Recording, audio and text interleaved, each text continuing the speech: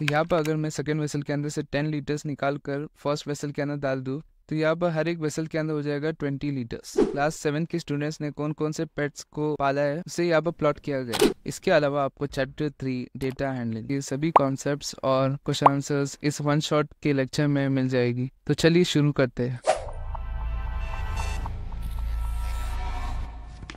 Hello guys, इस video में हम देखेंगे चैप्टर 3 डेटा हैंडलिंग। सबसे पहले हम एक्सरसाइज 3.1 के लिए इंट्रोडक्शन देख लेंगे। चलिए जान लेते हैं कि अरिथमेटिक मीन क्या होता है। Arithmetic mean is the sum of given numbers divided by count of the given numbers. अगर हम किसी गिवन नंबर्स को सम करेंगे और उसे डिवाइड कर देंगे उसके काउंट से तो हमें मिल जाएगा अरिथमेटिक मीन। अरिथमेटिक मीन को हम लोग एवरेज भी कह सकते हैं। चलिए अरिथमेटिक मीन को एग्जाम्पल के जरिए और अच्छे से समझते हैं। यहाँ पर एग्जाम्पल 1 में दिया गया 2 vessels contains 10 litre and 30 litre of water respectively. यहाँ पर हमारे पास 2 वेसल्स है। फर्स्ट वेसल के अंदर 10 लीटर्स पानी है और सेकंड वेसल के अंदर है 30 लीटर्स पानी। और यहाँ पर दिया गया if both the vessels shared same amount of water what amount of water each vessel would have. When we ask these type of questions we are finding arithmetic mean और एवरेज। अगर ये 2 vessels अलग amount of litres की जगह same amount of litres share करते तो हर एक vessel के अंदर कितने अमाउंट ऑफ लीटर्स होते उसे कहते हैं हम एवरेज या अरिथमेटिक मीन। जब हम इस टाइप के क्वेश्चन पूछते हैं तब हम एवरेज या अरिथमेटिक मीन फाइंड आउट कर रहे होते हैं। यहाँ पर अगर मैं सेकंड वेसल के अंदर से 10 लीटर्स निकाल कर फर्स्ट वेसल के अंदर डाल दूँ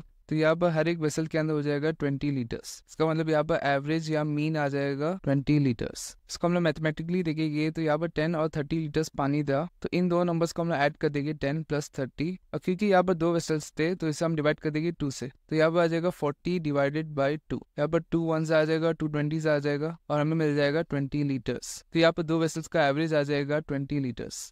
चलिए नेक्स्ट एग्जांपल देखते हैं। यहाँ पर दिया गया batsman scored 25, 36 and 2 runs in 3 matches. Find his average runs. एक बैट्समैन 3 मैचेस खेलता है और फर्स्ट मैच में 25 रन स्कोर करता है, सेकंड मैच में 36 और थर्ड मैच में 2 रन्स। तो हमें यहाँ पर एवरेज फाइंड आउट करना है। तो हम क्या करेंगे, इन नंबर्स को ऐड कर देंगे और इसे डिवाइड कर देंगे 3 से, क्योंकि उस बैट्समैन ने 3 मैचेस खेला था। तो यहाँ पर हम इन सब नंबर्स को ऐड कर रहे हैं 25 + 36 + 2 और उसको डिवाइड कर रहे हैं 3 से। तो यहाँ पर हमें कैलकुलेट करने पर आंसर मिल जाएगा 21 रन्स। हमारा नेक्स्ट टॉपिक है range. The difference between highest and lowest values from a set of values is called range. अगर हमें कुछ वैल्यूज दी गई है और हम हाईएस्ट और लोएस्ट के बीच में डिफरेंस फाइंड आउट कर रहे हैं तो उसे हम कहते हैं रेंज। तो यहाँ पे एग्जांपल भी दिया गया marks obtained by a student in some tests are given below, find range. यहाँ पे एक स्टूडेंट ने कुछ टेस्ट दिया था और उन टेस्ट के मार्क्स यहाँ पर दिए गए तो हमें यहाँ पर रेंज फाइंड आउट करना है। तो रेंज की डेफिनेशन से हमें पता चलता है कि रेंज इक्वल होता है highest value minus lowest value के। तो यहाँ पर इस सेट ऑफ नंबर्स के अंदर 9 हाईएस्ट वैल्यू है और 3 लोएस्ट वैल्यू। तो हम 9 को सब्ट्रैक्ट कर देंगे 3 से, तो 9 - 3 इक्वल हो जाएगा 6 के।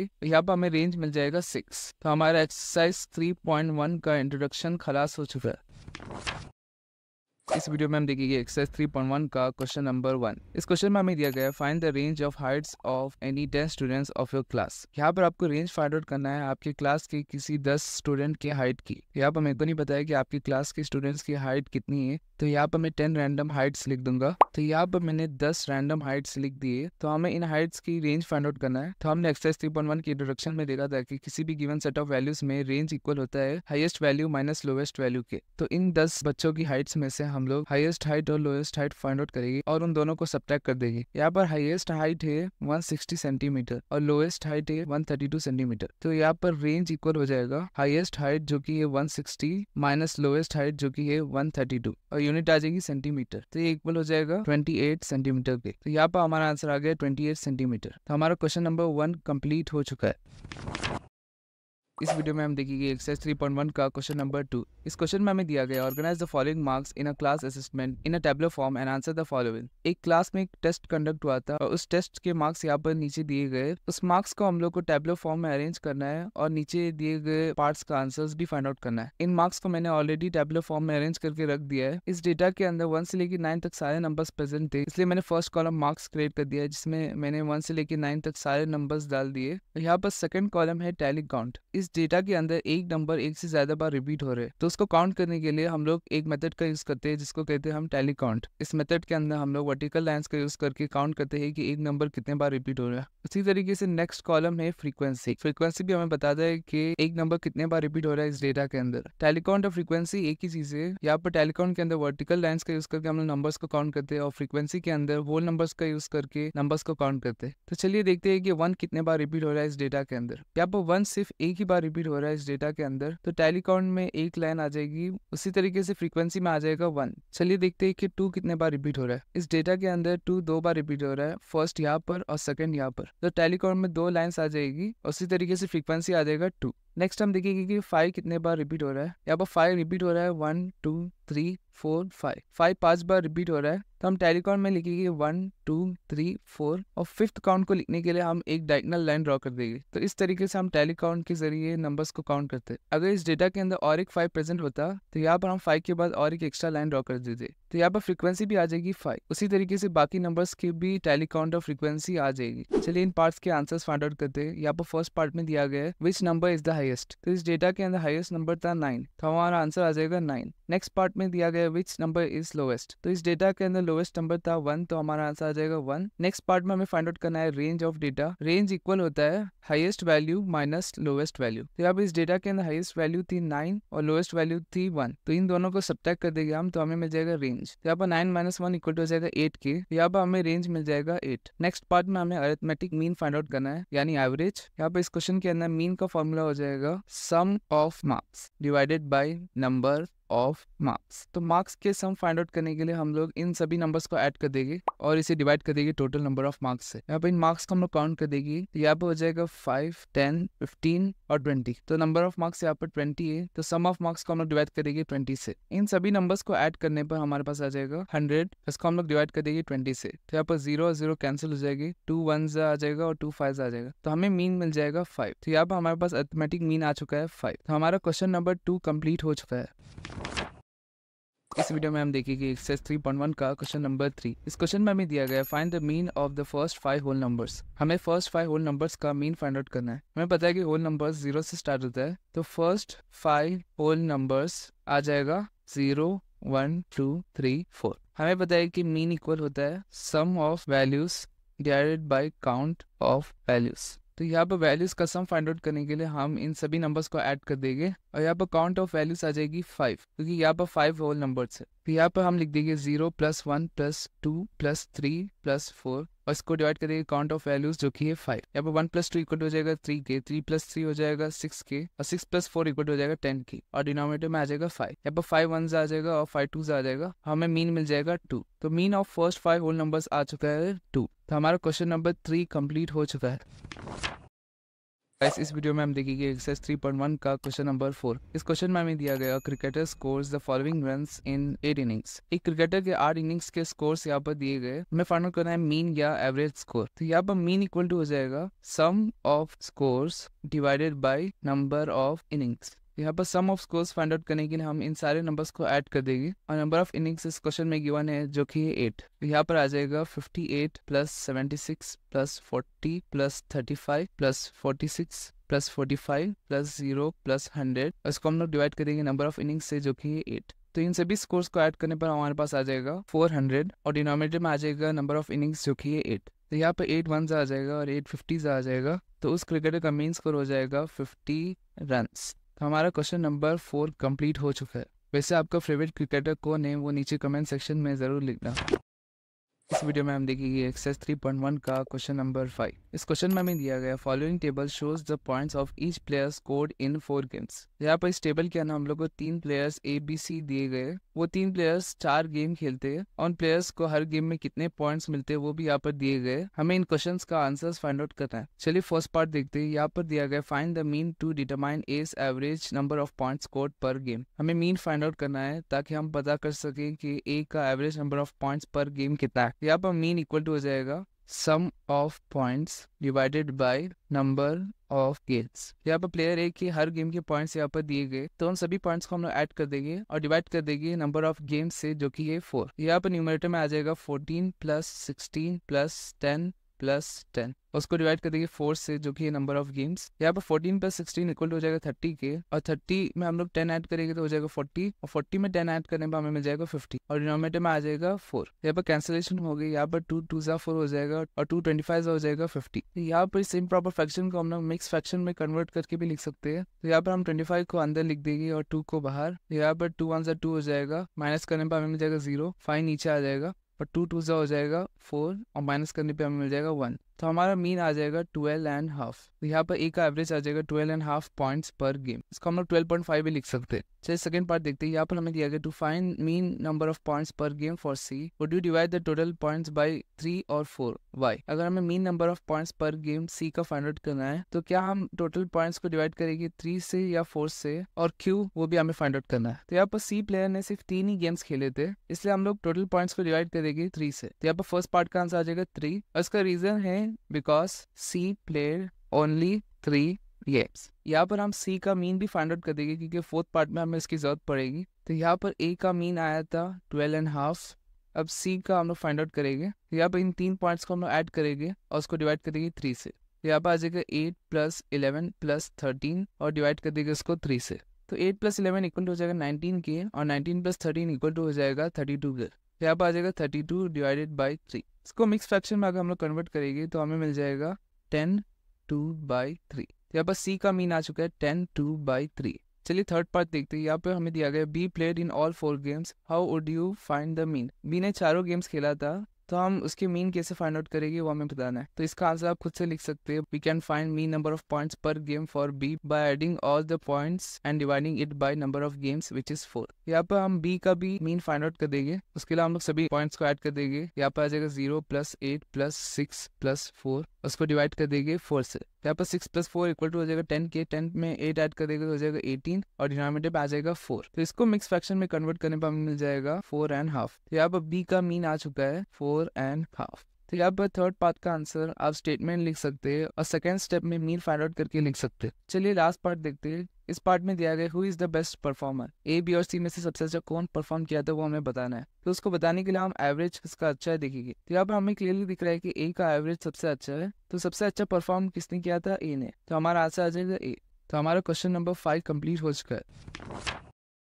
इस वीडियो में हम देखेंगे एक्सरसाइज 3.1 का क्वेश्चन नंबर 6। इस क्वेश्चन में हमें दिया गया marks obtain out of 100 by a group of students in the science test are. कुछ स्टूडेंट्स ने 100 मार्क्स का साइंस टेस्ट दिया था और उनके मार्क्स यहाँ पर दिए गए। हमें इन तीनों पार्ट के आंसर्स फाइंड आउट करना है। चलिए फर्स्ट पार्ट देखते हैं। यहाँ पर हमें इस डेटा में से हाईएस्ट और लोएस्ट मार्क्स फाइंड आउट करके लिखना है। यहाँ पर इस डेटा के अंदर हाईएस्ट मार्क्स से 95 और लोएस्ट मार्क्स से 39। तो यहाँ पर हाईएस्ट मार्क्स आ जाएगा 95 और लोएस्ट मार्क्स आ जाएगा 39। नेक्स्ट पार्ट में हमें इस डेटा का रेंज फाइंड आउट करना है। रेंज का डेफिनेशन है highest value minus lowest value. इस डेटा के अंदर हाईएस्ट वैल्यू या हाईएस्ट मार्क्स था 95 और लोएस्ट वैल्यू था 39। तो इन दोनों को सब्ट्रैक्ट करने पर हमें रेंज मिल जाएगा। तो रेंज इक्वल टू हो जाएगा 95 जो कि हाईएस्ट वैल्यू थी माइनस लोएस्ट वैल्यू जो कि थी 39। तो इन दोनों को सब्ट्रैक्ट करने पर हमें मिल जाएगा 46। नेक्स्ट पार्ट में हमें फाइंड आउट करना है मीन। मीन फाइंड आउट करने के लिए हम इन सभी मार्क्स को ऐड कर देंगे और उसे डिवाइड कर देंगे इनके काउंट से। तो यहाँ पर मीन इक्वल टू होता है sum of marks divided by count of marks. यहाँ पर इन मार्क्स को काउंट कर देंगे।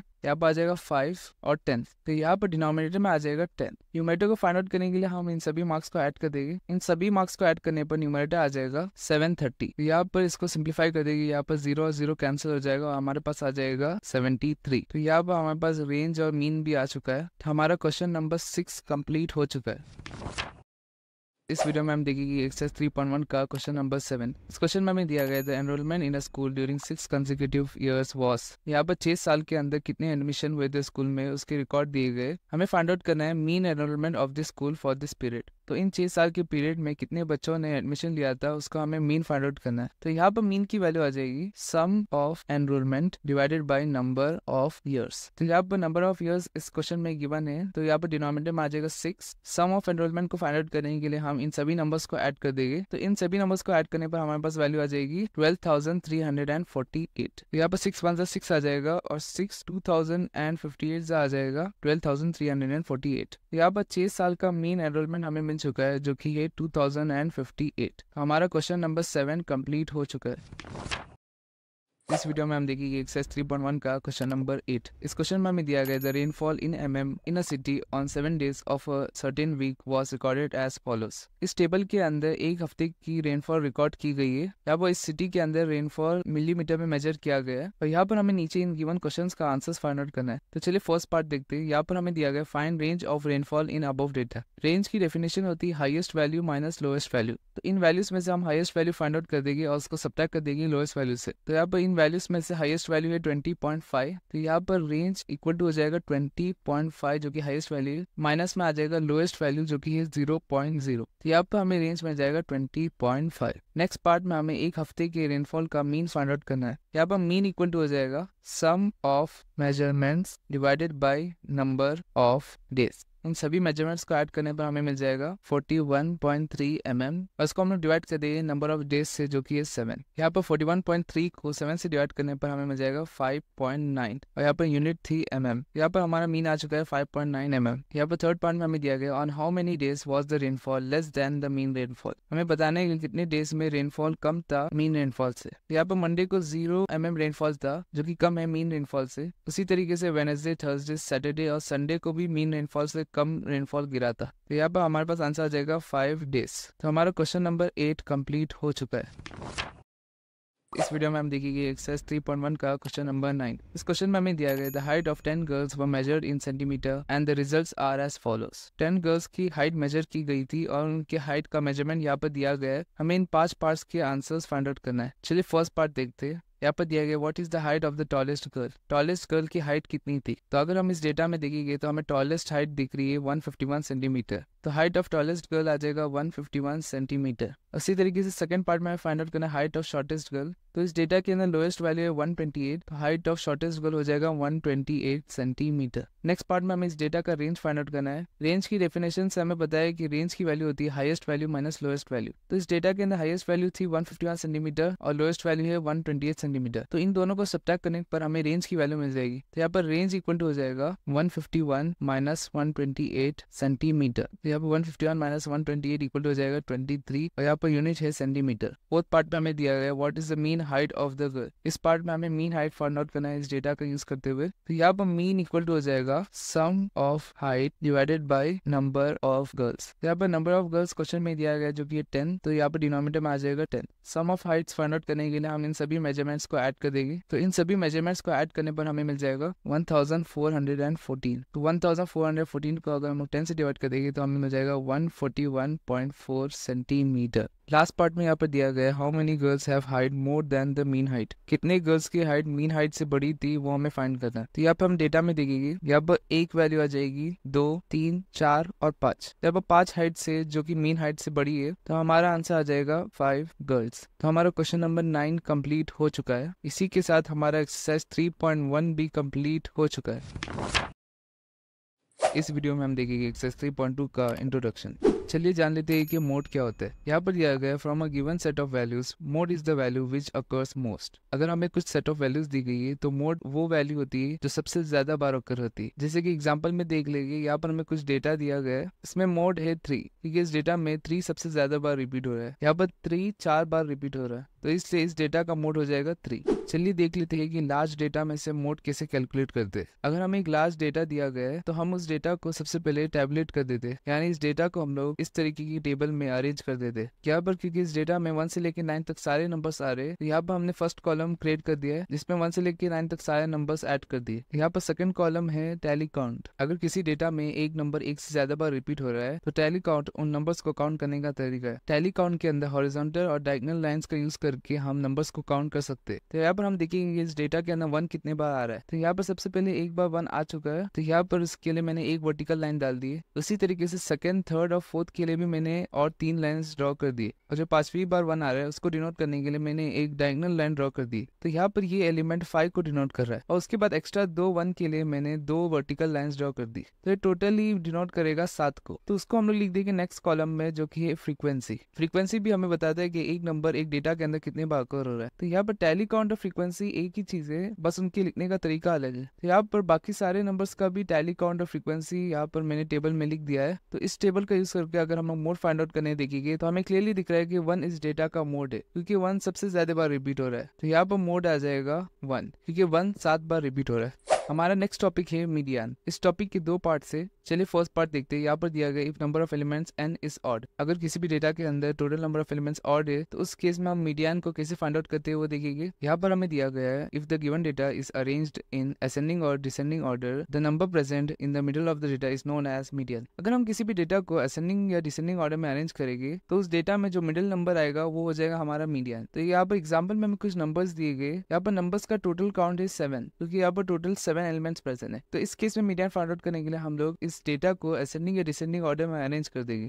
तो यहाँ पर मैंने असेंडिंग ऑर्डर में अरेंज कर दिया है, आप डिसेंडिंग ऑर्डर में भी अरेंज करके फाइंड आउट कर सकते हैं। तो यहाँ पर डिसेंडिंग ऑर्डर में अरेंज करने के बाद जो नंबर सबसे मिडिल में आ रहा है वो है 15 कि 15 के आगे और पीछे और 3-3 नंबर से, तो इसलिए यहाँ पर मीडियन हो जाएगा 15। आपके टेक्स्ट बुक के अंदर सिर्फ पार्ट 1 नहीं दिया गया है मगर मैं आपको यहाँ पर पार्ट 2 भी करा दूंगा। चलिए सेकंड पार्ट देखते हैं। यहाँ पर हमें दिया गया if number of elements n is even. तो हम मीडियन फाइंड आउट करेंगे जब नंबर ऑफ एलिमेंट्स इवन है। तो यहाँ पर दिया गया if the given data is arranged in ascending और descending order the median can be achieved using the given formula. अगर हम किसी डेटा को असेंडिंग या डिसेंडिंग ऑर्डर में अरेंज करेंगे और total number of elements n even है तो उस केस में हम मीडियन इस फॉर्मूला का यूज करके फाइंड आउट कर सकते हैं। इसे हम एग्जांपल से समझते हैं। यहाँ पर हमें कुछ नंबर्स गिवन है, इन नंबर्स का टोटल काउंट है 8 जो कि इवन है। तो सबसे पहले हम इन नंबर्स को असेंडिंग ऑर्डर में अरेंज कर देंगे। यहाँ पर मैंने असेंडिंग ऑर्डर में अरेंज कर दिया है। ऑड नंबर्स के केस में हमें सेंटर नंबर मिल रहा था लेकिन इवन नंबर्स के केस में हमें 2 नंबर्स मिल रहे हैं मिडल में। तो इस केस में मीडियन फाइंड आउट करने के लिए हम लोग इन दोनों नंबर्स का एवरेज निकाल देंगे तो हमें मीडियन मिल जाएगा। ये फॉर्मूला भी बेसिकली 2 मिडिल नंबर्स का एवरेज ही फाइंड आउट कर रहा है। यहाँ पर n नंबर ऑफ एलिमेंट्स को डिनोट कर रहा है तो n की वैल्यू 8 रह जाएगी क्योंकि यहाँ पर 8 नंबर्स प्रेजेंट है इस डेटा के अंदर। तो मीडियन का फॉर्मूला यहाँ पर ऊपर लिखा हुआ है जो कि n/2th value plus n/2 plus 1th value divided by 2। तो यहाँ पर इस फॉर्मूले के अंदर n की वैल्यू पुट कर देंगे तो यहाँ पर 8/2 वैल्यू प्लस 8/2 प्लस 1 वैल्यू आ जाएगा। तो यहाँ पर कैंसिलेशन होगा 2 1 2 और 2 4 8। सिमिलरली यहाँ पर भी 2 1 2 और 2 4 8 हो जाएगा। तो ये एक्सप्रेशन सिंप्लीफाई होकर आ जाएगा 4th वैल्यू। तो यहाँ पर 4 + 1 इक्वल टू हो जाएगा 5 के। तो यहाँ पर 5th वैल्यू आ जाएगी। तो हम असेंडिंग ऑर्डर वाले नंबर्स में से देखेंगे कि 4th वैल्यू कौन सी है। तो यहाँ पर 4th वैल्यू 10 है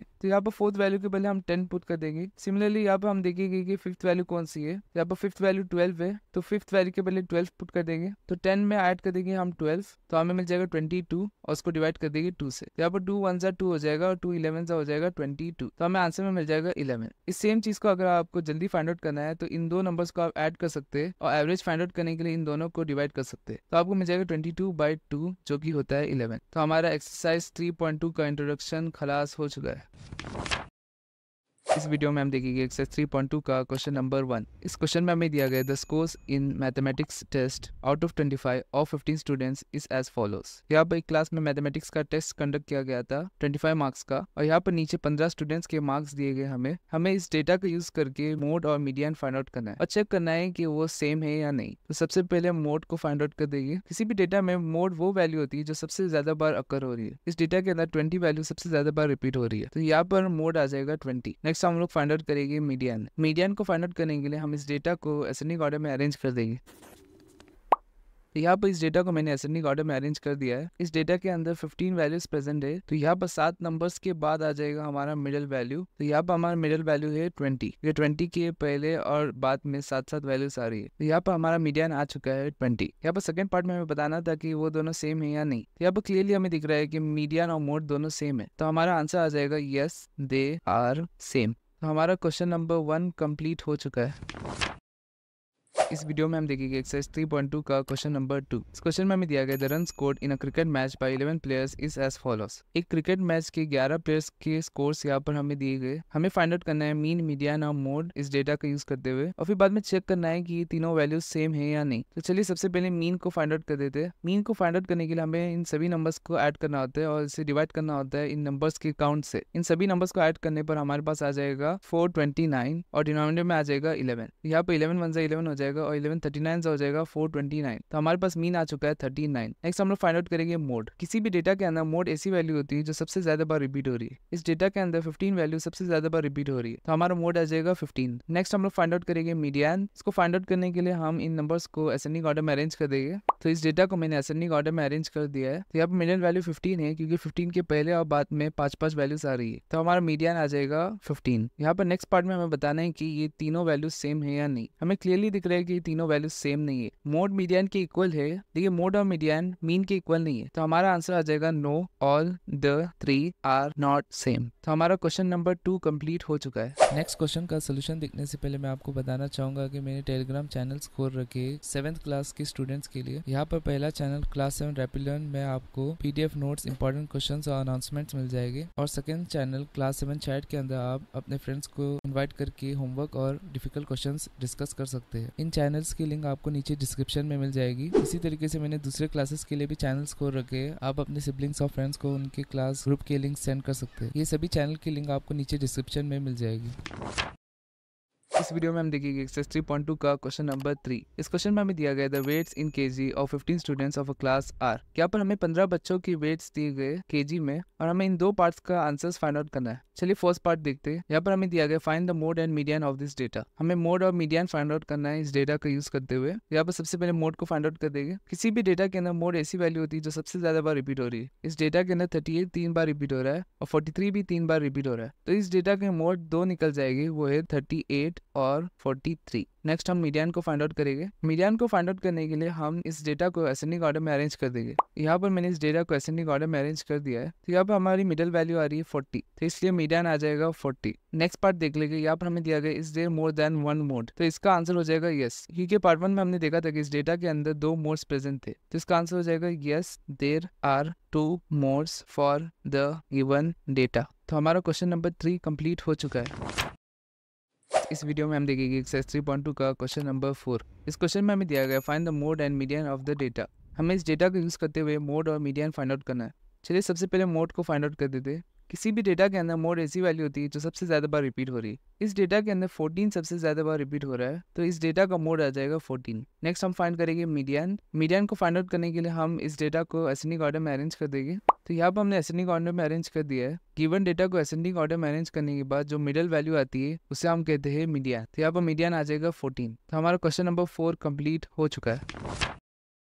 इस वीडियो में हम देखेंगे एक्सरसाइज 3.2 का क्वेश्चन नंबर 5। इस क्वेश्चन में हमें 4 पार्ट्स दिए गए। इन चारों पार्ट्स में हमें बताना है कि गिवन स्टेटमेंट ट्रू है या फॉल्स है। चलिए फर्स्ट पार्ट देखते हैं। यहाँ पर दिया गया the mode is always one of the numbers in a data. Mode data के अंदर से ही कोई नंबर होता है, तो इसका आंसर आ जाएगा ट्रू। इसको प्रूफ करने के लिए हम एक एग्जाम्पल देख लेंगे। यहाँ पर हम कोई रैंडम नंबर्स लिख देंगे 1 2 1 1 3। तो इस डेटा में अगर हम लोग देखेंगे तो 1 सबसे ज्यादा बार रिपीट हो रहा है, तो इस डेटा के अंदर मोड आ जाएगा 1, और जो 1 नंबर आ रहा है वो इस डेटा के अंदर से ही आ रहा है, तो इसलिए यहाँ पर फर्स्ट स्टेटमेंट ट्रू हो जाएगा। चलिए नेक्स्ट पार्ट देखते हैं। यहाँ पर दिया गया the mean is one of the numbers in a data. तो यहाँ पर दिया गया मीन भी डेटा के अंदर का ही एक नंबर होता है, तो इसका आंसर आ जाएगा फॉल्स। यहाँ पर इस डेटा का मीन फाइंड आउट करने के लिए हम इन सारे नंबर्स को ऐड कर देंगे। तो यहाँ पर इन सारे नंबर्स को ऐड करने पर हमारे पास आ जाएगा 8, और इसको हम लोग डिवाइड कर देंगे काउंट ऑफ नंबर्स से जो कि है 5। तो यहाँ पर हमारे पास मीन एक फ्रैक्शन आ चुका है। तो क्लियरली हमें दिख रहा है कि सेकंड पार्ट का आंसर फॉल्स है, क्योंकि हमने एग्जांपल से प्रूफ किया है कि जरूरी नहीं है कि मीन डेटा का ही एक नंबर हो। चलिए थर्ड पार्ट देखते हैं। यहाँ पर दिया गया the median is always one of the number in a data. Median भी डेटा में से कोई एक नंबर होता है। अगर हम ये सेम एग्जांपल लेके चलेंगे तो हम इस डेटा को अरेंज कर देंगे असेंडिंग ऑर्डर में। तो यहाँ पर आ जाएगा 1 1 1 2 3। तो मीडियन वो वैल्यू होती है जो मिडिल में आती है, तो यहाँ पर हमें मीडियन मिल जाएगा 1। तो यहाँ पर 1 इस डेटा के अंदर का ही एक नंबर है, लेकिन अगर इस डेटा के अंदर नंबर ऑफ एलिमेंट्स इवन होते तो हमारे पास जो मीडियन आता है वो इस डेटा के अंदर से नहीं आता। इसको एग्जांपल से हम समझते हैं। यहाँ पर हम 4 नंबर्स ले लेंगे 1 2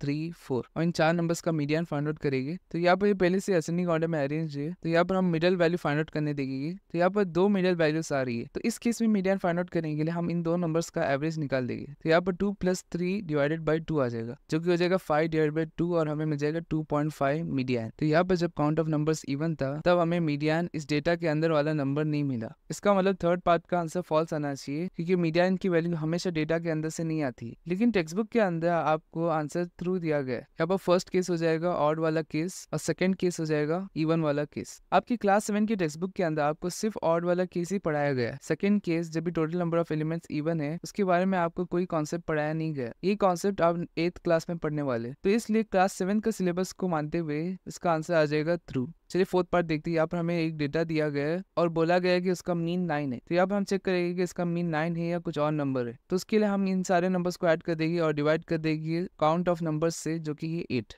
इन सभी नंबर्स को ऐड करने पर हमारे पास आ जाएगा 64 और इसको हम लोग डिवाइड करेंगे काउंट ऑफ नंबर्स से जो कि है 8। तो यहाँ पर 8 1 8 आ जाएगा और 8 8 जा 64 आ जाएगा। तो यहाँ पर हमें मीन मिल चुका है 8। इस पार्ट में हमें बोला गया था कि इस डेटा का मीन है 9 मगर हमें मीन मिला है 8। तो यहाँ पर आंसर आ जाएगा फॉल्स। तो हमारा क्वेश्चन नंबर 5 कंप्लीट हो चुका है। इस वीडियो में हम देखेंगे एक्सरसाइज 3.3 का इंट्रोडक्शन। हमारा पहला टॉपिक है what is a bar graph. A bar graph is a chart that shows data using bars of different height. Bar graph एक चार्ट का टाइप है जो डेटा को प्लॉट करता है डिफरेंट हाइट्स ऑफ बार को यूज करते हुए। यहाँ पर बार एक रेक्टेंगुलर शेप वाला एलिमेंट होता है जिसको यूज करके हम बार ग्राफ के अंदर डेटा को प्लॉट करते हैं। यहाँ पर एग्जांपल में हमें एक डेटा दिया गया है, उसको यूज करके हमें एक बार ग्राफ को ड्रॉ करना है। यहाँ पर फर्स्ट कॉलम के अंदर हम लोग को सेक्शंस दिए गए 7th क्लास के A, B और C और सेकंड कॉलम में हमें दिया गया है कि उन सेक्शंस के अंदर कितने स्टूडेंट्स प्रेजेंट है। तो इस डेटा को हम बार ग्राफ के अंदर प्लॉट करेंगे। यहाँ पर किसी भी चार्ट के अंदर दो एक्सिस होते हैं, एक्स एक्सिस और वाई एक्सिस। यहाँ पर एक्स एक्सिस सेक्शंस को शो करेगा और Y axis number of students को शो करेगा। यहाँ पर वाई एक्सिस के अंदर मैंने 0 to 50 वाली स्केल लिए। यहाँ पे स्केल के अंदर 1 सेंटीमीटर डिनोट कर रहा है 5 यूनिट को। यहाँ पर यूनिट हमने स्टूडेंट्स लिया है क्योंकि यहाँ पर y axis number of students को डिनोट कर रहा है। तो यहाँ पर हम फर्स्ट वैल्यू को प्लॉट करेंगे। यहाँ पर 7A के अंदर 50 स्टूडेंट्स थे। यहाँ पर हमने फर्स्ट मार्किंग किए 7A और एक बार ड्रॉ कर दिया 50 यूनिट तक। उसी तरीके से 7B के लिए हमने 30 यूनिट तक एक बार ड्रॉ कर दिया है और 7C के लिए 40 यूनिट तक। तो यहाँ पर हमारा बार ग्राफ रेडी हो चुका है जो कि बता रहा है कि हर सेक्शन के अंदर कितने स्टूडेंट्स प्रेजेंट है। हमारा नेक्स्ट टॉपिक है what is a double bar graph. Double bar graph is used to compare two sets of related data side by side. अगर हमें दो डेटा दिए गए जो सिमिलर है तो उसको साइड बाय साइड कंपेयर करने के लिए हम डबल बार ग्राफ का यूज करते हैं। जैसे कि यहाँ पर एग्जांपल में हमें दो डेटा दिए गए, नंबर ऑफ बॉयज और नंबर ऑफ गर्ल्स। ये दो डेटा सिमिलर है क्योंकि ये दोनों डेटा के स्टूडेंट्स एक ही क्लास से बिलोंग कर रहे हैं। तो इस डेटा को हम प्लॉट करेंगे डबल बार ग्राफ के अंदर। यहाँ पर भी हमें दो एक्सिस देखने को मिलेगी, एक्स एक्सिस और वाई एक्सिस। यहाँ पर भी मैंने एक्स एक्सिस के अंदर सेक्शंस को डाल दिया है और वाई एक्सिस के अंदर नंबर ऑफ स्टूडेंट्स को डाल दिया है। यहाँ पर भी हम बार ग्राफ की तरह वाई एक्सिस की स्केल को ले रहे हैं 1 सेंटीमीटर इक्वल टू 5 यूनिट। यानी यहाँ पर 1 सेंटीमीटर बता रहा है 5 यूनिट जो कि है 5 स्टूडेंट्स। तो यहाँ पर फर्स्ट रो को प्लॉट करेंगे। यहाँ पर 7A के अंदर नंबर ऑफ बॉयज थे 30 और नंबर ऑफ गर्ल्स थे 20। तो यहाँ पर हम दो बार्स ड्रॉ कर देंगे। फर्स्ट बार यहाँ पर डिनोट करेगा बॉयज को और सेकेंड बार डिनोट करेगा गर्ल्स को। यहाँ पर क्योंकि नंबर ऑफ बॉयज 7A के अंदर थे 30 तो हम लोग फर्स्ट बार की हाइट 30 यूनिट तक लेके आ जाएंगे और नंबर ऑफ गर्ल्स थे 20 तो इसलिए हम सेकेंड बार की हाइट को लेके आ जाएंगे 20 तक। उसी तरीके से आप 7B और 7C को भी इजीली प्लॉट कर सकते हैं। तो हमारा एक्सरसाइज 3.3 का इंट्रोडक्शन खलास हो चुका है।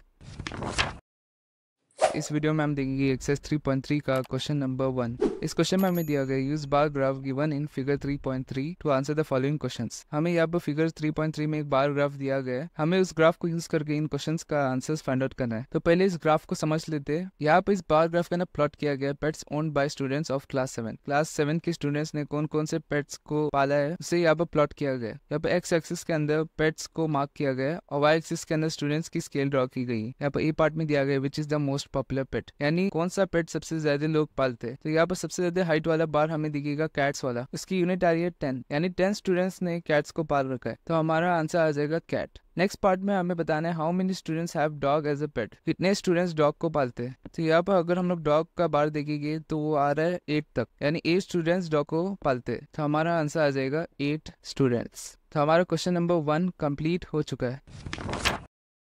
इस वीडियो में हम देखेंगे एक्सरसाइज 3.3 का क्वेश्चन नंबर 2। इस क्वेश्चन में हमें दिया गया read the bar graph given in figure 3.4 which shows the number of books sold by a book store during 5 consecutive years and answer the following questions. यहाँ पर हमें एक बार ग्राफ दिया गया है जिसमें 1989 से लेकर 1993 तक हर साल कितने बुक्स सोल्ड हुए थे उसकी रिकॉर्ड्स दिए गए। यहाँ पर इस बार ग्राफ के अंदर एक्स एक्सिस में ईयर्स को प्लॉट किया गया और वाई एक्सिस में नंबर ऑफ बुक्स को। यहाँ पर 0 से लेकर 600 की एक स्केल ड्रॉ की गई है वाई एक्सिस के अंदर और स्केल के अंदर एक यूनिट डिनोट कर रहा है 100 बुक्स को। यहाँ पर ये एक यूनिट है 0 से लेकर 100 तक तो डिनोट कर रही है 100 बुक्स को। यहाँ पर हमें नीचे दिए गए क्वेश्चंस के आंसर्स फाइंड आउट करना है। चलिए फर्स्ट पार्ट देखते हैं। यहाँ पर हमें दिया गया about how many books were sold in 1989, 1990 and 1992। तो 1989, 1990 और 1992 में कितने बुक्स सोल्ड हुए थे वो हमें बताना है। तो यहाँ पर नंबर ऑफ बुक्स को एस्टिमेट करने के लिए हम लोग की हॉरिजॉन्टल लाइन का यूज करेंगे। यहाँ पर 1989 वाले बार की हाइट आ रही है यहाँ तक, तो इसको हम लोग वाई एक्सिस में देखेंगे तो उसकी वैल्यू कुछ इधर आ रही है जो कि 100 और 200 के बीच में। 100 और 200 के बीच में एक और एक वैल्यू आ सकती है 150। तो हमें दिख रहा है कि 150 और 200 के एग्जैक्ट बीच में आ रहा है। तो 1989 में नंबर ऑफ बुक्स सोल्ड हो जाएगा 175। नेक्स्ट 1990 के लिए फाइंड आउट करना है तो इस लाइन को हम लोग ऊपर लेके आ जाएंगे। यहाँ पर हमें दिख रहा है कि वैल्यू आ रही है 475।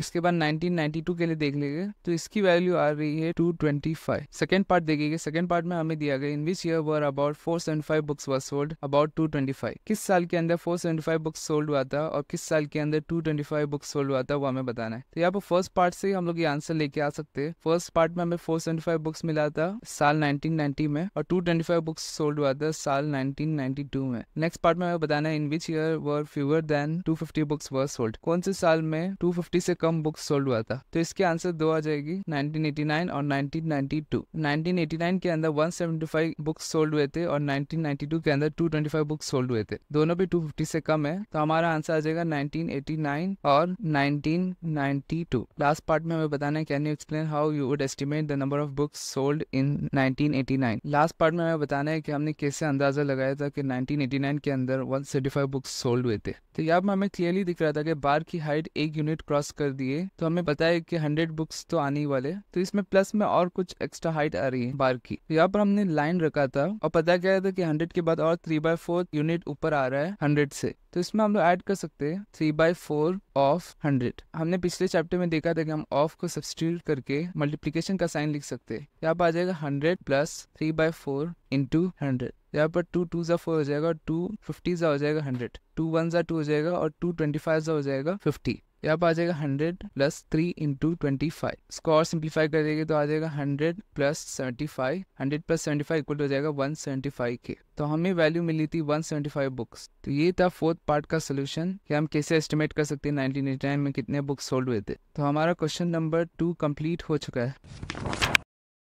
इस वीडियो में हम देखेंगे एक्सरसाइज 3.3 का क्वेश्चन नंबर 3। इस क्वेश्चन में हमें दिया गया number of children in 6 different classes are given below, represent the data on a bar graph and answer the questions given below. तो यहाँ पर हमें 6 क्लासेस के नंबर ऑफ स्टूडेंट्स की वैल्यूज दी गई है। हमें इस डेटा को बार ग्राफ के अंदर प्लॉट करना है और नीचे दिए गए क्वेश्चंस के आंसर्स भी फाइंड आउट करना है। चलिए सबसे पहले इस डेटा को बार ग्राफ के अंदर प्लॉट कर देंगे। यहाँ पर हम क्लास को प्लॉट करेंगे एक्स एक्सिस में और नंबर ऑफ चिल्ड्रन को प्लॉट करेंगे वाई एक्सिस में। तो यहाँ पर मैं 5th से लेकर 10th तक की क्लास को एक्स एक्सिस में मार्क कर दूंगा। यहाँ पर सबसे पहले आएगा 5th, फिर 6th, फिर बाद में आएगा 7th, 8th, 9th और लास्ट में आ जाएगा 10th। यहाँ पे मैं वाई एक्सिस को थोड़ा बड़ा कर दूंगा, इसके लिए मैं एक्स एक्सिस को नीचे शिफ्ट कर दूंगा। तो यहाँ पर हमें वाई एक्सिस के लिए एक स्केल चूज करना होगा। तो हम यहाँ पर लेंगे 0 से 140 वाला स्केल, क्योंकि यहाँ पर हमारे पास मैक्स वैल्यू आ रही है 135, तो उससे थोड़ी बड़ी वैल्यू हम लोग यहाँ पर ले रहे हैं। यहाँ पर हम 1 सेंटीमीटर को इक्वल लेंगे 10 यूनिट के। यहाँ पर यूनिट बता रहे हैं नंबर ऑफ चिल्ड्रन को, तो यहाँ पर भी हम 0 से 140 के बीच के मार्किंग्स कर देंगे। तो यहाँ पर 1 सेंटीमीटर बता रहा है 10 यूनिट को। यहाँ पर हम लिख देंगे कि एक्स एक्सिस बता रहा है क्लास को और वाई एक्सिस बता रहा है नंबर ऑफ चिल्ड्रन को। चलिए अब इन डेटा को प्लॉट कर देंगे। यहाँ पर 5th स्टैंडर्ड में 135 स्टूडेंट्स प्रेजेंट थे, तो यहाँ पर बार की हाइट 135 तक आ जाएगी। यहाँ पर 6th स्टैंडर्ड के अंदर 120 स्टूडेंट्स प्रेजेंट थे, इसलिए मैं बार की हाइट को 120 तक लेके आ जाऊंगा। उसी तरीके से बाकी सारे स्टैंडर्ड के लिए भी मैं डेटा को प्लॉट कर दूंगा। तो यहाँ पर हमने इस डेटा को बार ग्राफ के अंदर प्लॉट कर दिया है। इस ग्राफ को देख के हम इजीली बता सकते हैं कि कौन से स्टैंडर्ड के अंदर सबसे ज्यादा स्टूडेंट्स प्रेजेंट है और कौन से स्टैंडर्ड के अंदर सबसे कम। तो अब हम इन क्वेश्चंस के आंसर्स फाइंड आउट करेंगे। तो यहाँ पर हमें पार्टी में बताना है how would you choose a scale, हम स्केल कैसे चूज करेंगे। तो यहाँ पर हमने 0 से 140 की एक स्केल ली है और स्केल के अंदर 1 सेंटीमीटर बता रहे हैं हमें, और स्केल के अंदर 1 सेंटीमीटर हमें बता रहे हैं 10 चिल्ड्रन को। तो इस स्केल को लेके हम इजिली डेटा को प्लॉट कर सकते हैं। अगर हम 1 सेंटीमीटर को 5 चिल्ड्रन देते तो वाई एक्सिस बहुत ज्यादा लंबा हो जाता और हमें प्लॉट करने में दिक्कत होती। तो ये स्केल एकदम अप्रोप्रिएट है। नेक्स्ट पार्ट देखते हैं। नेक्स्ट पार्ट के अंदर और 2 सब पार्ट है। पहला सब पार्ट देखते हैं। यहाँ पर दिया गया which class has a max number of children and the mean. तो जैसा कि मैंने बताया था कि इस बार ग्राफ को यूज करके हम इजीली एनालाइज कर सकते हैं कि कौन से क्लास के अंदर सबसे ज्यादा स्टूडेंट्स प्रेजेंट है और कौन से क्लास के अंदर सबसे कम। तो यहाँ पर अगर हम लोग देखेंगे तो 5th स्टैंडर्ड के अंदर सबसे ज्यादा स्टूडेंट्स प्रेजेंट है और 10th क्लास के अंदर सबसे कम। यहाँ पर मैक्स नंबर ऑफ चिल्ड्रन हो जाएगी 5th क्लास में और मिनिमम नंबर ऑफ स्टूडेंट्स हो जाएगी 10th क्लास में। नेक्स्ट पार्ट देखेंगे। नेक्स्ट पार्ट में हमें बताना है ratio of students of class 6 to the students of class 8। हमें क्लास 6 और क्लास 8 की रेशियो फाइंड आउट करनी है। तो यहाँ पर क्लास 6 के अंदर स्टूडेंट्स थे 120 और क्लास 8 के अंदर थे 100। तो इन दोनों को डिवाइड कर रहे हैं हम। यहाँ पर 0 और 0 कैंसिल हो जाएगा, 2 5 10 आ जाएगा और 2 6 12 आ जाएगा। तो हमें रेशियो मिल जाएगी 6:5, यानी हर 6 स्टूडेंट्स जो कि क्लास 6 के अंदर प्रेजेंट है उसके लिए 5 स्टूडेंट्स क्लास 8 के अंदर प्रेजेंट है। तो हमारा रेशियो आ चुका है 6:5। तो इसी के साथ हमारा क्वेश्चन नंबर 3 कंप्लीट हो चुका है। इस वीडियो में हम देखेंगे एक्सरसाइज 3.3 का क्वेश्चन नंबर 4। इस क्वेश्चन में हमें दिया गया the performance of a student in first term and second term is given. Draw a double bar graph choosing appropriate scale and answer the following. हमें यहाँ पे एक स्टूडेंट के कुछ सब्जेक्ट्स के मार्क्स दिए गए जो उसने फर्स्ट टर्म और सेकंड टर्म में लिए थे। हमें इस डेटा को डबल बार ग्राफ के अंदर प्लॉट करना है। यहाँ पे इस बार ग्राफ के अंदर हम लोग एक्स एक्सिस के अंदर सब्जेक्ट्स को प्लॉट करेंगे और वाई एक्सिस के अंदर मार्क्स को। तो यहाँ पे वाई एक्सिस के अंदर मैंने स्केल लिया है 0 से लेके 100 तक, क्योंकि यहाँ पर इस डेटा के अंदर हमें मैक्सिमम मार्क्स दिया गया 100। इस स्केल के अंदर हम लोग 1 सेंटीमीटर को इक्वल लेंगे 10 मार्क्स के। चलिए इस डेटा को प्लॉट करते हैं। यहाँ पर फर्स्ट सब्जेक्ट इंग्लिश आ जाएगा, हम इसको डिनोट करेंगे ENG से। यहाँ पे इंग्लिश के अंदर 2 मार्क्स है, एक फर्स्ट टर्म का और एक सेकंड टर्म का। तो इंग्लिश सब्जेक्ट के लिए हम लोग 2 बार्स ड्रॉ करने वाले हैं। फर्स्ट बार हमें बताएगा फर्स्ट टर्म वाला मार्क्स और सेकंड बार हमें सेकंड टर्म वाला मार्क्स बताएगा। यहाँ पर फर्स्ट टर्म में इंग्लिश में मार्क्स था 67, तो यहाँ पर मैं बार को 67 हाइट तक लेके आ जाऊंगा। यहाँ पर नीचे में बता देता हूँ कि ब्लू कलर से हम लोग डिनोट कर रहे हैं फर्स्ट टर्म वाले मार्क्स को। यहाँ पर सेकंड टर्म को बताने के लिए मैंने पर्पल कलर लिया है। इंग्लिश में सेकंड टर्म में मार्क्स था 70, तो मैं इस बार को 70 तक लेके आ जाऊंगा। तो यहाँ पर हमने सेकंड मार्क्स को भी डिनोट कर दिया है। यहाँ पर मैं नीचे लिख दूंगा कि मैं सेकंड टर्म को डिनोट कर रहा हूँ पर्पल कलर से। इसी तरीके से मैं बाकी वैल्यूज को भी प्लॉट कर देता हूँ। तो यहाँ पर मैंने इस डबल बार ग्राफ के अंदर सभी वैल्यूज को प्लॉट कर दिए। चलिए इन पार्ट्स के आंसर्स फाइंड आउट करते हैं। यहाँ पर फर्स्ट पार्ट में हमें दिया गया in which subject has the child improved his performance the most. कौन से सब्जेक्ट में वो बच्चा सबसे ज्यादा इम्प्रूव किया। तो यहाँ पे हम इस बार ग्राफ को देख के इजीली एनालाइज कर सकते हैं कि मैथ्स के अंदर उस बच्चे ने बहुत ज्यादा इम्प्रूव किया। फर्स्ट टर्म में उसे आए थे 88 मार्क्स और सेकंड टर्म में आए थे 95 मार्क्स। तो सेकंड टर्म में उसको 7 मार्क्स ज्यादा आए फर्स्ट टर्म से। बाकी सब सब्जेक्ट में देखिए तो आप इतना इम्प्रूवमेंट आपको नहीं दिखेगा। तो यहाँ पर फर्स्ट पार्ट का आंसर आ जाएगा मैथ्स। नेक्स्ट पार्ट में हमें बताना है in which subject is the improvement the least. कौन से सब्जेक्ट में सबसे कम इम्प्रूवमेंट था। तो यहाँ पर अगर मैं इस बार ग्राफ के अंदर देखिए तो सोशल साइंस के अंदर सबसे कम इम्प्रूवमेंट हमें दिख रहा है। फर्स्ट टर्म से सिर्फ 2 मार्क्स ज्यादा आया था सेकंड टर्म के अंदर। तो यहाँ पे सेकंड पार्ट का आंसर आ जाएगा सोशल साइंस। लास्ट पार्ट में दिया गया has the performance gone down in any subject, यानी कौन से सब्जेक्ट में ऐसा हुआ था कि फर्स्ट टर्म में ज्यादा मार्क्स और सेकंड टर्म में कम मार्क्स, वो सब्जेक्ट हमें बताना है। तो यहाँ पर अगर हम लोग इन 5 सब्जेक्ट के ग्राफ्स देखेंगे तो हमें दिखेगा कि हिंदी में परफॉर्मेंस नीचे जा रहा है। उस बच्चे को फर्स्ट टर्म के अंदर हिंदी में 72 मार्क्स आए थे और सेकंड टर्म में आए थे 65। तो यहाँ पर थर्ड पार्ट का आंसर आ जाएगा हिंदी। तो हमारा क्वेश्चन नंबर 4 कंप्लीट हो चुका है। इस वीडियो में हम देखेंगे एक्सरसाइज 3.3 का क्वेश्चन नंबर 5। इस क्वेश्चन में हमें दिया गया consider this data collected from a survey of a colony and answer the following. एक कॉलोनी से एक डेटा कलेक्ट करके यहाँ पर हमें दिया गया, उस डेटा का यूज करके हमें इन गिवन क्वेश्चंस का आंसर्स फाइंड आउट करना है। चलिए फर्स्ट पार्ट देखते हैं। यहाँ पर हमें दिया गया draw a double bar graph choosing an appropriate scale, what do you infer from the bar graph. यहाँ पर हमें एक अप्रोप्रिएट स्केल का यूज करके एक डबल बार ग्राफ को ड्रॉ करना है। तो यहाँ पर मैंने इस डेटा को यूज करके डबल बार ग्राफ ड्रॉ करके रख दिया है। यहाँ पर एक्स एक्सिस में मैंने प्लॉट किया स्पोर्ट्स को और वाई एक्सिस में प्लॉट किया नंबर ऑफ पीपल को। यहाँ पर हर स्पोर्ट्स के अंदर आपको 2 बार्स देखने को मिलेगी। उसमें से फर्स्ट बार हमें बताएगा कि कितने पीपल वॉच कर रहे हैं उस स्पोर्ट्स को और सेकंड बार बताएगा कि उस कॉलोनी में कितने लोग पार्टिसिपेट कर रहे हैं उस स्पोर्ट में। तो यहाँ पर सभी स्पोर्ट्स के लिए मैंने सिमिलर ग्राफ्स ड्रॉ करके रख दिए। यहाँ पर हमने स्केल लिया है 0 से लेके 1300 तक और स्केल के अंदर 1 सेंटीमीटर बता रहा है 100 पीपल को। तो यहाँ पर पार्ट 1 के अंदर हमें क्वेश्चन दिया गया what do you infer from the bar graph. हमें इस बार ग्राफ से क्या पता चलता है। तो हमें ये पता चलता है कि सबसे ज्यादा देखा और पार्टिसिपेट किया जाता है क्रिकेट में और सबसे कम पार्टिसिपेट और देखा जाता है एथलेटिक्स को। तो यहाँ पर हम लिख सकते हैं कि most number of people watch and participate in cricket while least number of people watch and participate in athletics. तो यहाँ पर हमारा फर्स्ट पार्ट हो चुका है। नेक्स्ट पार्ट देखेंगे। नेक्स्ट पार्ट में हमें दिया गया है which sport is the most popular, सबसे पॉपुलर स्पोर्ट कौन सा है। तो हमें इस ग्राफ से क्लियरली दिख रहा है कि क्रिकेट सबसे पॉपुलर है, क्योंकि उस कॉलोनी में क्रिकेट ही सबसे ज्यादा लोग देखते हैं और सबसे ज्यादा लोग पार्टिसिपेट करते हैं। तो सेकंड पार्ट का हमारा आंसर आ जाएगा क्रिकेट। लास्ट पार्ट देखते हैं। लास्ट पार्ट में हमें दिया गया which is more preferred watching और पार्टिसिपेटिंग इन स्पोर्ट्स। उस कॉलोनी में सबसे ज्यादा क्या प्रेफर किया गया था, स्पोर्ट्स को वॉच करना या स्पोर्ट्स में पार्टिसिपेट करना। तो यहाँ पर अगर हम इस डबल पैराग्राफ को देखेंगे तो हमें क्लियरली दिखेगा कि ज्यादा लोग पार्टिसिपेट करने की जगह वॉच करते हैं। सभी स्पोर्ट्स में ऐसे ही रिजल्ट दिख रहे हैं। क्रिकेट में अगर हम लोग देखेंगे तो पार्टिसिपेट करने से ज्यादा वॉच कर रहे हैं लोग। उसी तरीके से बास्केटबॉल, स्विमिंग, हॉकी और एथलेटिक्स सभी में वॉच ज्यादा कर रहे हैं पार्टिसिपेट से। तो लास्ट पार्ट का आंसर आ जाएगा वॉचिंग। तो हमारा क्वेश्चन नंबर 5 कंप्लीट हो चुका है। इस वीडियो में हम देखेंगे एक्सरसाइज 3.3 का क्वेश्चन नंबर 6। इस क्वेश्चन में हमें दिया गया है take the data giving minimum and maximum temperature of various cities given in the beginning of this chapter table 3.1 plot a double bar graph using the data and answer the following. हमें chapter की starting में table 3.1 दिया गया है। ये table आपको सिर्फ old text book में ही दिखेगी, न्यू टेक्स्ट बुक के अंदर आपको ये टेबल नहीं दिखेगा। तो इस टेबल का यूज करके हमें एक डबल बार ग्राफ ड्रॉ करना है और नीचे दिए गए क्वेश्चंस के आंसर्स भी फाइंड आउट करना है। तो यहाँ पे इस डेटा को यूज करके मैंने डबल बार ग्राफ ड्रॉ करके रख दिया है। यहाँ पर सबसे पहले हम इस टेबल को देख लेंगे जूम करके। डिफरेंट सिटीज के अंदर इस डेट पर मैक्सिमम और मिनिमम टेम्परेचर रिकॉर्ड करके इस टेबल में डाला गया है। हमें इस डेटा का यूज करके ग्राफ को प्लॉट करना है। यहाँ पर मैंने डबल बार ग्राफ को ऑलरेडी ड्रॉ करके रख दिया है। चलिए इसे जूम करके देखते हैं। यहाँ पर एक्स एक्सिस के अंदर मैंने सिटीज को प्लॉट किया है और वाई एक्सिस के अंदर टेम्परेचर को। यहाँ पर वाई एक्सिस के अंदर मैंने 0 से 50 की स्केल ड्रॉ की है। उस स्केल में 1 सेंटीमीटर डिनोट कर रहा है 10 डिग्री टेम्परेचर को। और यहाँ पर हर सिटीज के लिए आपको 2 बार्स देखने को मिलेगी। इसमें से फर्स्ट बार की हाइट हमें बताएगी मैक्सिमम टेम्परेचर कितना रिकॉर्ड हुआ था उस दिन, और सेकंड बार हमें बताएगा मिनिमम टेम्परेचर कितना रिकॉर्ड हुआ था उस दिन। उसी तरीके से बाकी सब सिटीज के लिए भी आपको मैक्सिमम और मिनिमम टेम्परेचर के बार्स देखने को मिल जाएंगे। तो चलिए अब इन गिवन क्वेश्चंस के आंसर्स फाइंड आउट करते हैं। यहाँ पर फर्स्ट पार्ट में हमें दिया गया which city has the largest difference in the minimum and maximum temperature on the given date. तो उस डेट में मिनिमम और मैक्सिमम टेम्परेचर के बीच में सबसे ज्यादा गैप कौन सी सिटी के अंदर था वो हमें फाइंड आउट करना है। तो यहाँ पर अगर हम लोग इस टेबल या ग्राफ को देखेंगे तो हमें दिख रहा है कि जो जम्मू का मैक्सिमम और मिनिमम टेम्परेचर था उसमें सबसे ज्यादा गैप था, जो कि 15 डिग्रीज का गैप था। तो हमारा फर्स्ट पार्ट का आंसर आ जाएगा जम्मू। नेक्स्ट पार्ट में हमें बताना है विच is the hottest city and which is the coldest city. तो यहाँ पर अगर हम लोग इस डेटा के अंदर देखेंगे तो जम्मू के अंदर सबसे ज्यादा मैक्सिमम टेम्परेचर रिकॉर्ड हुआ था। तो यहाँ पर हॉटेस्ट सिटी आ जाएगा जम्मू। नेक्स्ट हम फाइंड करेंगे कोल्डेस्ट सिटी। कोल्डेस्ट सिटी को फाइंड आउट करने के लिए हम देखेंगे सबसे मिनिमम टेम्परेचर किसका था। तो सबसे मिनिमम टेम्परेचर था 21 डिग्री, जो कि था बैंगलोर का। तो यहाँ पर कोल्डेस्ट सिटी आ जाएगी बैंगलोर। थर्ड पार्ट में हमें बताना है name 2 cities where max temperature of one was less than min temperature of other. हमें 2 ऐसी सिटीज के पेयर बताना है जहाँ पर